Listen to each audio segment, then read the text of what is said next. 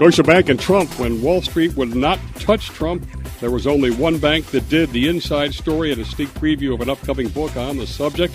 David Enrich is the finance editor at the New York Times. He was previously the financial enterprise editor for the Wall Street Journal, heading up a team of investigative reporters. He was based in London as the head of their European banking editor. He's the author of The Spider Network, about the LIBOR scandal, for which he was a guest on this show. And that forthcoming book about Deutsche Bank is Dark Towers, the inside story of the world's most destructive bank. Sneak preview coming up now. Welcome back, David. How are you? I'm good. How are you? Is Deutsche Bank all scandal all the time? Yes. When's the book coming out? The book comes out at the latest in February of 2020. I'm hoping maybe it'll be a little bit earlier, but I don't know. Okay, and what does most destructive bank mean in a couple of sentences?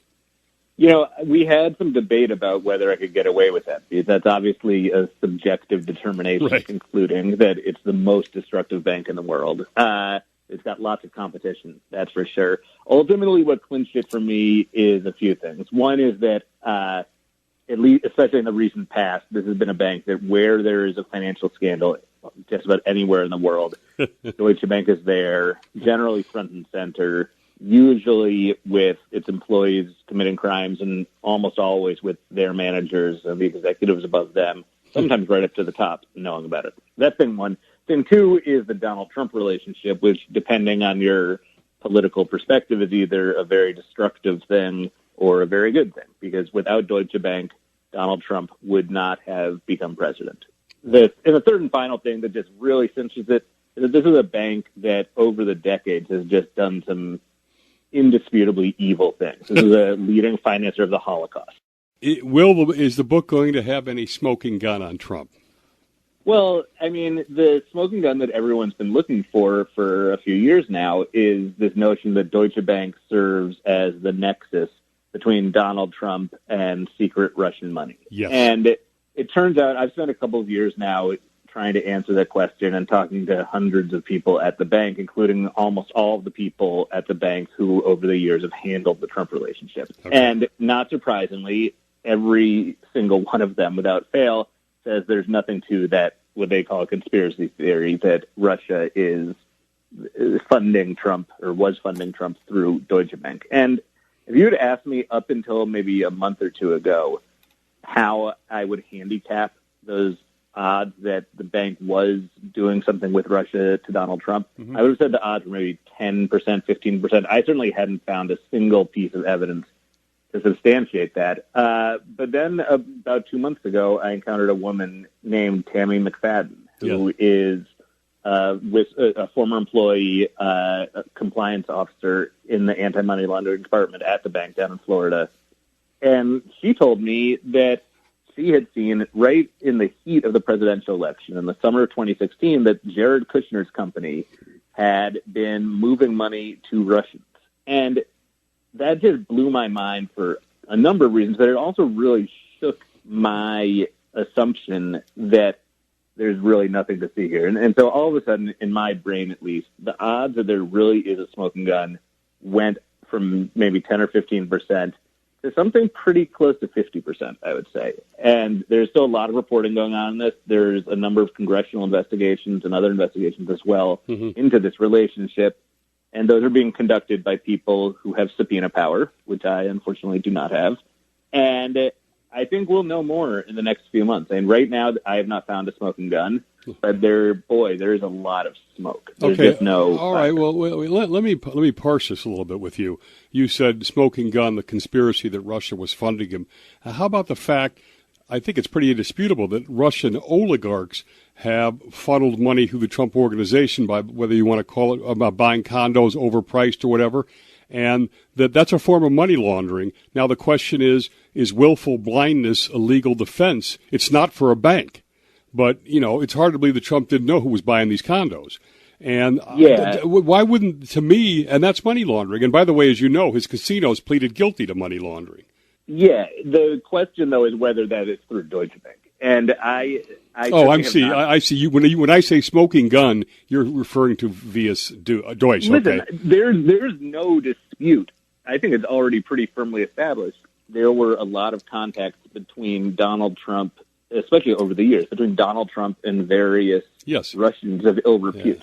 Whether that involves the quick selling of his mansion house in Florida at a very steep profit very quickly, whether the fact that Felix Sater was initially a tenant of Trump's in a building in New York and then became a very close business associate. And there's a long list, especially when you then look at the Trump kids and the role they've played over the years. So there's no question that Donald Trump for a long time was involved with Russians and again, Russians with not very good reputations. There's no question either that Donald Trump over the years has been involved with people linked to organized crime.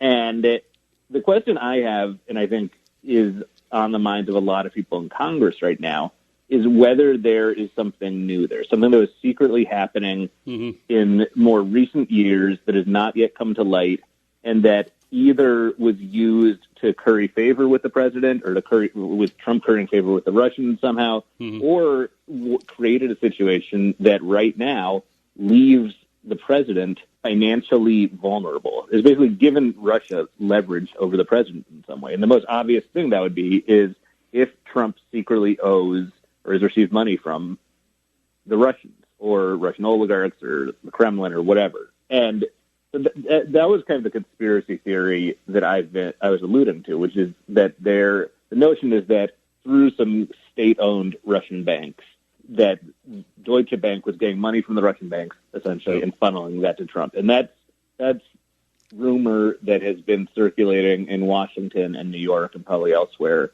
since the moment Trump got elected. It's funny. To me, that gives Trump the benefit of the doubt so much because let's say you don't find any of that stuff you just talked about. It's still prima facie to me that he's been money laundering Russian mob money through the Trump organization for years. Every one of those condos, that is money that's being laundered out of Russia. I don't know. Isn't that illegal? Money laundering.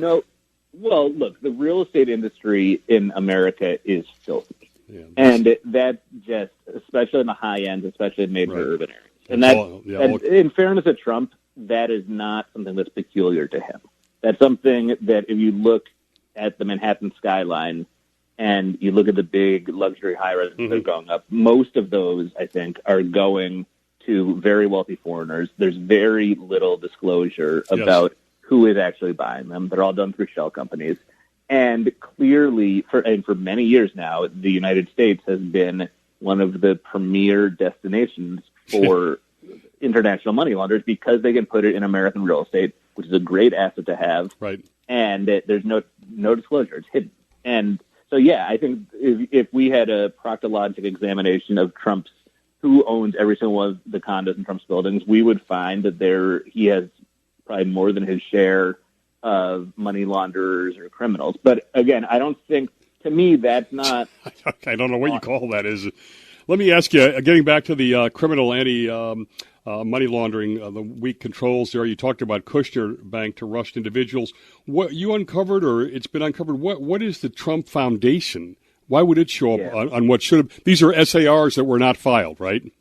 Yeah, that's right. So suspicious activity reports are what bank employees use in the compliance department. They're what are used to alert the federal government to potentially illegal transactions, whether it's money laundering or tax evasion or things like that. And in a number of cases in 2016 and 2017, Deutsche Bank employees, Deutsche Bank's computer system actually flagged as potentially suspicious a number of transactions with Kushner's companies and with various Trump legal entities, including the Trump Foundation, which has now been shut down because of accusations that it was being used as a political slush fund. And in each of those cases, though the transactions that the computer system flagged were handed over to humans to actually physically review them. And the humans concluded that the government should be alerted to these transactions. They were sufficiently suspicious that they warranted these suspicious activity reports. And in each of these cases, proposed reports went up the food chain at Deutsche Bank, and managers shot them down. And the reason for them being shot down it varies based on whom you speak to. You talk to the employees who were the ones on the front lines of this, working in the trenches, and they say that they believe these suspicious activity reports were killed because Deutsche Bank's higher-ups were very eager to preserve what was a very lucrative relationship with the Trump and Kushner families. You talk to Deutsche Bank officials higher up the food chain, what they say is that, look, there's a lot of kind of false positives on these suspicious activity reports.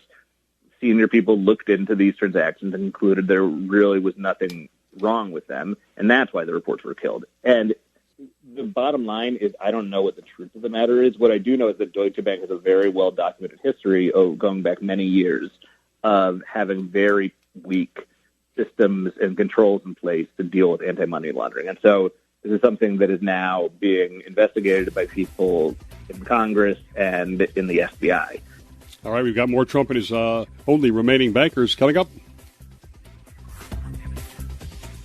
Forensic Talk with Jim Campbell. All talk and all crime. The nation's biggest murderers were the go-to source for the Moxley murder and the Skakel appeals. Financial crimes on Wall Street. Inside the crimes of Russia's Putin and more. The facts, the forensics, the inside stories. From the host of Business Talk with Jim Campbell, it's Forensic Talk with Jim Campbell. All talk and all crime. Learn more about Forensic Talk with Jim Campbell by visiting Park City Productions 06604's Facebook page. That's Park City Productions 06604. Back with New York Times finance editor David Enrich. Now, I saw you got kind of in a little bit of a battle with Trump, right? The failing New York Times, and basically your statement is correct, right? That Wall Street shut the spigot off on Trump like 20 years ago, and while he says he doesn't need the money, he hasn't been able to get anybody else to be a bank besides Deutsche. Yeah, I mean, Trump has a very selective memory, apparently, of his experiences with the mainstream banking system. He was, after defaulting repeatedly and sticking his lenders with hundreds of millions of dollars in losses, he, not surprisingly, was locked out for the most part from the mainstream financial system. And Deutsche Bank, this is in the late 90s, was so eager to get a foothold on Wall Street in the United States, and it was such a kind of foreign presence in the United States that it needed to build up its name recognition, and so it was willing to take risks that other banks simply were not willing to take. And so someone came along in 1998 and went to Deutsche Bank's commercial real estate group in New York, which was kind of just getting off the ground at the time, and said, hey, would you consider making a loan to Donald Trump? And they said, we would be willing right now to consider making a loan to just about anyone. And so they did. They lent over $100 million to finance Trump's renovation of this Art Deco building downtown in New York, 40 Wall Street. And that was the start of a very long, will become a very tortured relationship over the next 20 years. You almost can't make this up. You can take us through this, but I don't know whether Deutsche Bank is so siloed or so incompetent that, he went into the investment banking division, defaulted, and then went to the commercial real estate building, and you can talk about sued them, and then went into the private banking division and got more money out of them. In each of these separate divisions, even culminating in paying off a personal loan that he owed investment banking with money they loaned him from another division. Yeah, it is kind of surreal. I mean, I've been writing about banks for 15 or 20 years now, and I've never seen anything like this, and I don't think it's ever happened before. Is it is it silos or incompetence or what? It's a lot of things. Okay. The silos are part of it. The incompetence is part of it. The greed, I think, is a big factor. And it's that Trump, to his credit, I guess, is a very good... He just can be very charming sometimes. He's very persistent, and he's completely and utterly shameless. Yeah. And it just has the chutzpah to just play hardball with these bankers in a way that I don't think they'd ever seen before, really. And so, yeah, he bounced from division to division to division, repeatedly defaulted on loans and bond offerings within Deutsche Bank, and then managed to get other parts of Deutsche Bank to resume lending to him, including, as you just mentioned, in 2011, to get one arm of Deutsche Bank to lend him $50 million to repay what he had already defaulted on and owed to another part of Deutsche Bank. And that's just bonkers. It reminds me of when he was almost bankrupt and Citibank gave him that sort of lifeline so that the name wouldn't go down the tubes, and he used the money to pay Ivanka's divorce settlement. Right, and well, the fascinating thing about this, from my perspective, one of the fascinating things is the psychology of the bankers involved with this, who have, these are guys who are, for the most part, very financially sophisticated. They're pretty smart, and they've been around for a while, and they've seen this game played by deadbeat borrowers where they default and then come asking for a lifeline, essentially. And it's, maybe once you make the mistake of giving that lifeline, then you get burned, and that's it. You learn from the mistake. But this is something with Deutsche Bank that happened over and over and over again. And it suggests to me, having spent a lot of time looking at this and talking to a lot of people currently and previously at the bank, that this is not about the individual bankers or even the individual divisions of the bank. This is something systemic about this institution that was just really broken. It was so greedy, so determined to wrest short-term profits out of their clients that they were willing. It wasn't even like they were willfully turning a blind eye to Trump's problems. It was that they were it was much more proactive than it. They didn't really care. They wanted to make money right then, to make their bonuses and to be compensated, and therefore they would just completely throw caution to the wind. One of the things that surprises me is that for, reputation of being an entrepreneur is Trump doesn't seem to be a numbers guy at all, because that junk bond deal where they raised, I think $500 million for the casinos, that was never going to even be able to service the debt, his business plan, right? And it defaulted in under a year. Yeah, it did. It defaulted in a matter of months. And Trump was, and this is in the early 2000s, and Trump was at the time, and I think clearly remains today, a guy filled with contradictions. And on the one hand, he was someone who was pursuing these plans that made zero financial sense. These were insolvent projects that he was trying to get money for. And yet, this is a guy who on another occasion would go into Deutsche Bank's offices, and he really genuinely wowed people with his mastery of the project he was working on. He had memorized how much glass they were going to need for the windows and how much steel they were going to need to do something else. And he had those details in his head in a way that, at least according to the bankers I've spoken to about this, was very rare among high-end real estate developers in New York at the time. And so I don't think it's a number of people have kind of raised this thing that Trump is just stupid with business and stupid with the numbers. I don't think it's stupidity. I think that there's a certain cleverness to this, in fact, where, look, the joke is on the bank, not on him. He was playing these guys, and we look at it now with it kind of left a sour taste in everyone's mouth. But frankly, he did a pretty good job of it. Yeah, I always look at it as almost him sitting back saying, "Hey, if these guys are dumb enough to give me the money, I'm taking it." I mean, he literally said that, and that's the crazy thing. He wrote that in one of his books. He did. How stupid! Why would he want to fail? Why would he want to do dumb deals? Are you kidding? Because it's not because he wants to do dumb deals. He gets a thrill out of pulling one over on people, of winning, of showing his power and exerting his power. And he taunts these guys. He taunts the bankers. And the same way he taunts Democrats now, I think. He gets some innate pleasure out of screwing these guys. And the bank, one time after he sued Deutsche Bank because he had defaulted on a loan, which is not normally the way it works, the bank came back with its legal response in court that quoted extensively from one of his books where he talked about how he just routinely and deliberately stiffs his banks.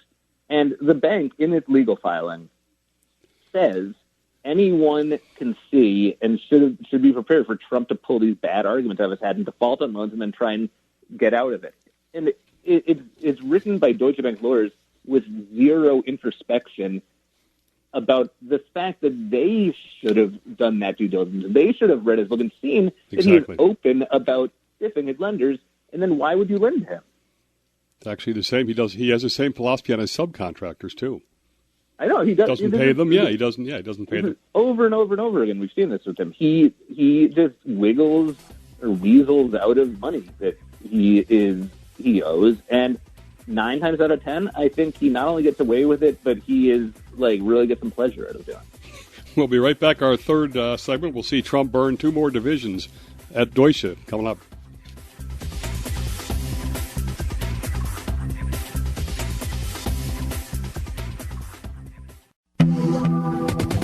Back with David Enrich. He's got a book coming out next year, 2020. Dark Tower is the inside story of the world's most destructive bank. It's about Deutsche Bank. And so we'll just quickly go through these last two. He basically stolen out of the investment banking business after $500 million of junk bonds default. He goes to the commercial real estate division in Chicago, right? And talk about Trump Tower a little bit there, Trump International Hotel and Tower, which, by the way, was in the Sun-Times building, the old one. That's right. I grew up in Chicago, so Sun-Times was our paper. Yeah, no, and he took over that plot of land right on the river and built what he has described as a great monument to the people of Chicago. And he did it with Deutsche Bank's money. Deutsche Bank lent more than $500 million for that project, which was and is an enormous loan. And it was going all right. That was in 2005. It was going all right for the construction for a couple of years. The financial crisis hit in 2008, and Trump all of a sudden, understandably, is having some trouble selling luxury condos in the building, given the economy is sinking very quickly. And Deutsche Bank gives him a 6-month extension on the loan from May to November. November rolls around, and it's time to repay the loan, and Trump doesn't particularly want to. And he has his lawyers look at the fine print of the contracts he signed with Deutsche Bank to see if there's an escape hatch. And they come up with the idea of using what's called a force majeure provision in the contract, which is act of God, which basically means if there's an unanticipatable act, like a act of God, like a natural disaster, for example, that in theory gives you some wiggle room on the terms and timing of the repayment of your loan. And it just so happened that days earlier, the former Fed chairman, Alan Greenspan, had described the financial crisis that was really at its peak right then as a credit tsunami. And lawyers looked at each other and said, well, what is a tsunami if not a natural disaster? And they present this plan to Trump, who is very pleased, and they decide to file a lawsuit against Deutsche Bank, saying that the financial crisis constitutes this act of God that voids the contract. And on top of that, and this is where they really get nervy, on top of that, they accuse Deutsche Bank in this lawsuit of causing the financial crisis and also of engaging in predatory lending against him, against Trump. And they seek billions of dollars in damages from Deutsche Bank. And again, this is all because he owes Deutsche Bank tens, if not hundreds of millions of dollars in this loan, and he just doesn't want to repay it. And Deutsche Bank is flabbergasted and countersues. And this is when they make the argument in their lawsuit that everyone knows that Trump, this is his shtick, No one should be surprised. And, of course, Deutsche Bank itself was surprised. They weren't following their own advice. And this litigation drags on for a couple of years, and ultimately it's resolved with the proviso that Trump now gets another 2 years to repay the loan, including he had personally guaranteed about $40 million of this loan himself. So he definitely personally was on the hook for at least that amount. And a year and a half rolls around, and Trump realizes that he needs to come up with $40+ million to repay Deutsche Bank what he owes. And lo and behold, with a little help from his family, in particular Jared Kushner, he gets hooked up with a private banker at Deutsche named Rosemary Vrablic. And Vrablic agrees to loan Trump the money to repay the other part of Deutsche Bank. And again, this is, if that sounds confusing or asinine, it's not confusing. It's very simple, but it is asinine. It's just mind-boggling that Deutsche Bank would agree to do that. And in fact, there was a huge fight over this inside Deutsche Bank that preceded this loan going through, and a lot of people, understandably, were very unhappy that the private banking division of Deutsche Bank would do this with a man who had just really burned the bank. And so the risk is this is a huge risk management flaw, right? Because that decision should have floated up somewhere where it could have been compared against those other experiences. Well, you know what? It did go. This one did. This one all the way up to the top. The CEO at the time, Joe Ackerman, ultimately signs off on this because he thinks this is a profit opportunity. And the reality was that the private banking division had structured these new loans. This is the first of several loans to this group. Then, right? And it makes about $350 million of loans to Trump over the next few years. And The reality is the private bank division, from a financial standpoint and a pure risk management standpoint, did a pretty good job of structuring these loans because they were done in a way that virtually all of the money that was being lent to Trump was secured by either his assets that were being held at the bank, like in wealth management accounts, or that they had recourse to Trump's personal assets. So from a straight-up financing perspective, these final loans were relatively low risk. But what they just did not stop to consider for a millisecond was that there are other types of risk, not just financial risk. Most of all, reputational risk. And this is after the financial crisis, where a lot of other big banks had realized that you need to assess your clients based on their reputations and the possible reputational harm that they can cause to you. And that meant that a lot of banks wouldn't, even if Trump didn't have a horrible financial record, which he did, they still wouldn't have lent him because this is a guy who at the time was engaging in all this racist demagoguery and was just becoming a very polarizing public figure. And Deutsche Bank just did not pay any attention to that. It did not seem to care. It was very apathetic about their client's reputation. And so it goes head over heels into this new relationship with Trump to this day, it is resulting in grave, almost existential reputational harm to Deutsche Bank. And also, to me, this is just mind-boggling. You're suing me, and you've defaulted on a loan that I've given you, and you're suing me as a result of it. And then you go to another division and lend him $300 million. A guy that defaulted and sued you. Crazy just like that, but keep in mind that this is not the first time he had even defaulted on loans. This goes way back. So second default. It's part of this amazing pattern. And to this day, it's fascinating talking to the executives who are involved in each of these decisions because you used the word siloed earlier in the conversation, and that's certainly the way they're thinking about it. Very narrowly, each division for itself. Right. But it presents this picture of a just completely dysfunctional, reckless bank. I also see, I think, that one of the loans he wanted to Trump Marina, the credit officer approval was actually, signature was actually forged. It was after the fact that loan document was discovered that the person whose name was attached to it, the credit officer whose name was attached to it, it was not, that person said he never signed it. And it appears, as far as I can tell, that someone else just in a rush signed the guy's name for him at the bank. And if ever there was a red flag about a loan or a relationship, the fact that employees at your bank are signing other people's names to your internal documents to give approval to loan millions of dollars, many millions of dollars, to an already very risky client, well, that's just not good. And internally, do you hear that have they thought through if he starts defaulting or not paying? Are they going to seize assets? Are they going to close their eyes and not embarrass the president? They are. That is something that they have been agonizing about ever since November 9th, 2016, so the day after Trump was elected. That decision terrifies them, and it's just an awful choice they will have. And it's a question of either seizing the assets of the most powerful man in the world, and one who is he's very impulsive and does not hesitate to, act out on his impulses a lot of the time, or on the other hand, not seizing the assets of a client who is defaulting on his loans, and that is, in effect, dispensing a very lucrative gift to the most powerful man in the world, and it's a man who has a lot of leverage over the bank. And that would just be completely improper. And I'm not even sure if that would be legal, actually, for them to dispense a gift of that size to the president. And so they're just in an absolutely unwinnable situation if Trump were to default or stop paying back loans. And the interesting thing is, if you look at Trump's track record over the decades, it's precisely in situations like this, where he has a lot of leverage. Exactly, yeah. It sounds like the bank is just where he wants him. The bank's just where he wants him.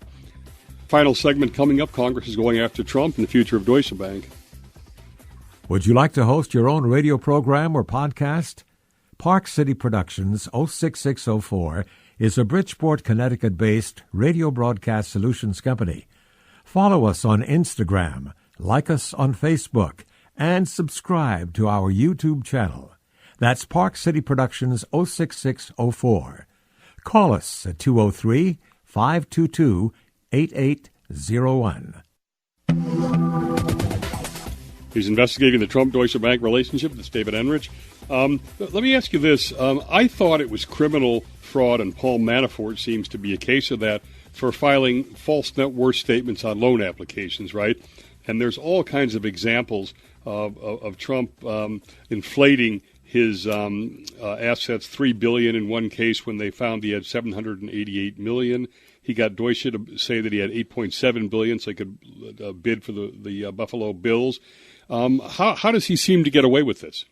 There's no question that Trump was routinely exaggerating the value of his real estate assets when he submitted financial information to Deutsche Bank. Whether that constitutes bank fraud is another question entirely, or not entirely another question, but it's at least slightly different question, because there's a certain amount of an expectation inside a bank that prospective borrowers are going to be a bit optimistic in how they describe their net worth.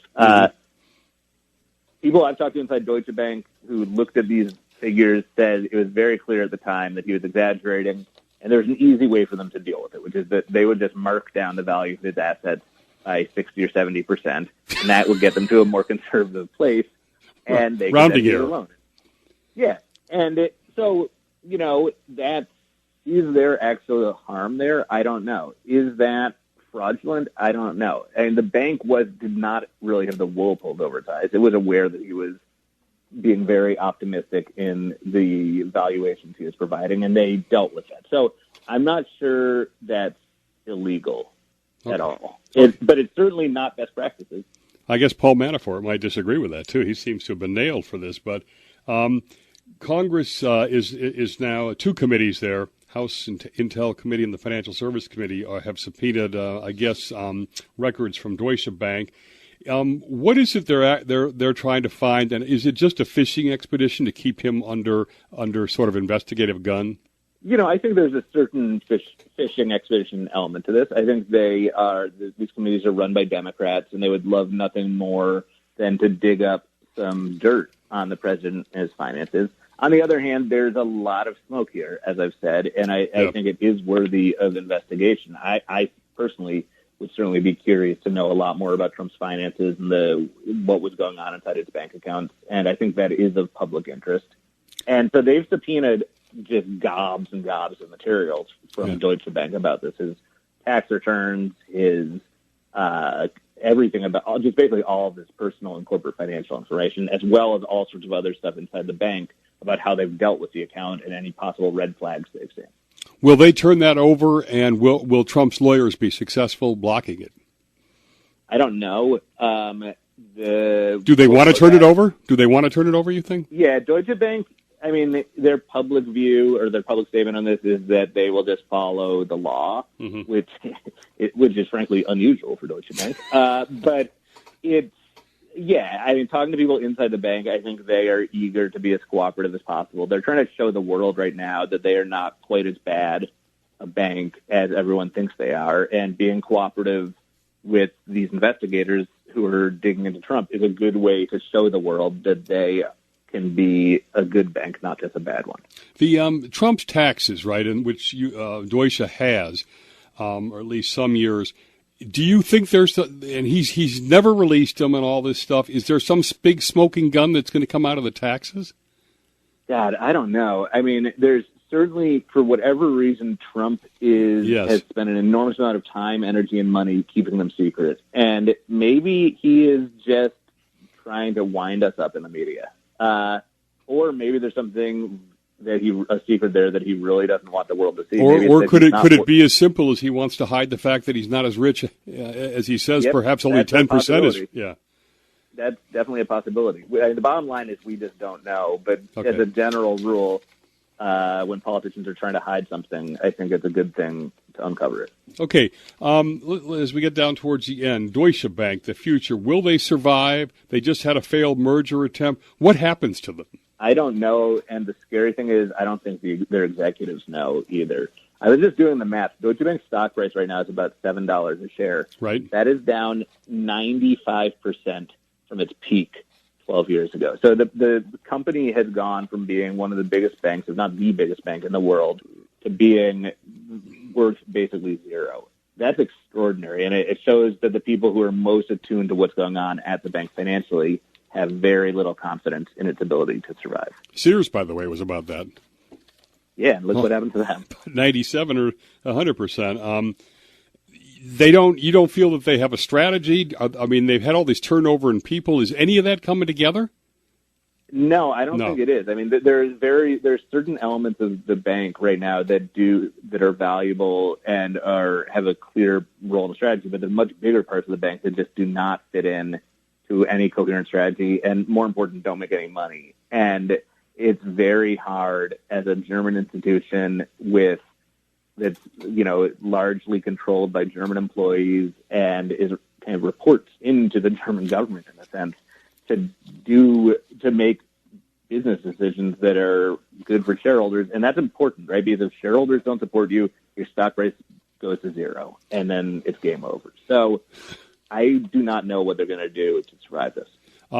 Trump, have they cut the spigot off with Trump, with now the Trump organization run by the kids or whatever? Is there any lending going on for the private banking division, or what's going on now? No, they have stopped making new loans to Trump. They stopped making new loans in 2016 during the campaign, and which is the point at which it became clear to executives up the food chain at the bank just how big and broad and deep this relationship was. And so the last thing in the world they want to do is make the relationship with Trump any bigger or any deeper. Do you think anybody at Deutsche has put together the entire Trump relationship over the years and what the net is, whether, loss or gain there, in terms of, all the interest income from his loans versus the defaults and stuff? Has anybody figured? I don't know if they've done that math. My guess is if they had, right, it would actually be, from a pure dollars and cents standpoint, right, my guess is it would be profitable. That's my guess. I don't know for a fact, but that would be my guess. But the reality is that that's not a good way to measure the value of a relationship, right? And Trump has inflicted, I would say, probably billions of dollars of reputational damage on the bank. And that's something that's very hard to quantify, but there's absolutely no question it's real. And you see it every day with the awful headlines. And it's a great point, and it's the bank's fault, ultimately. Absolutely, 100%. The book sounds like it's going to be a great one. Dark Towers, the inside story of the world's most destructive bank, out in the first quarter of 2020, I think he said, if he stays on track. And then maybe there's a smoking gun in it coming, too. David Enrich, this is with Jim Campbell. Thanks today from the New York Times. Forensic Talk with Jim Campbell, in-depth looks at big crime stories, exclusive interviews only on Forensic Talk with Jim Campbell.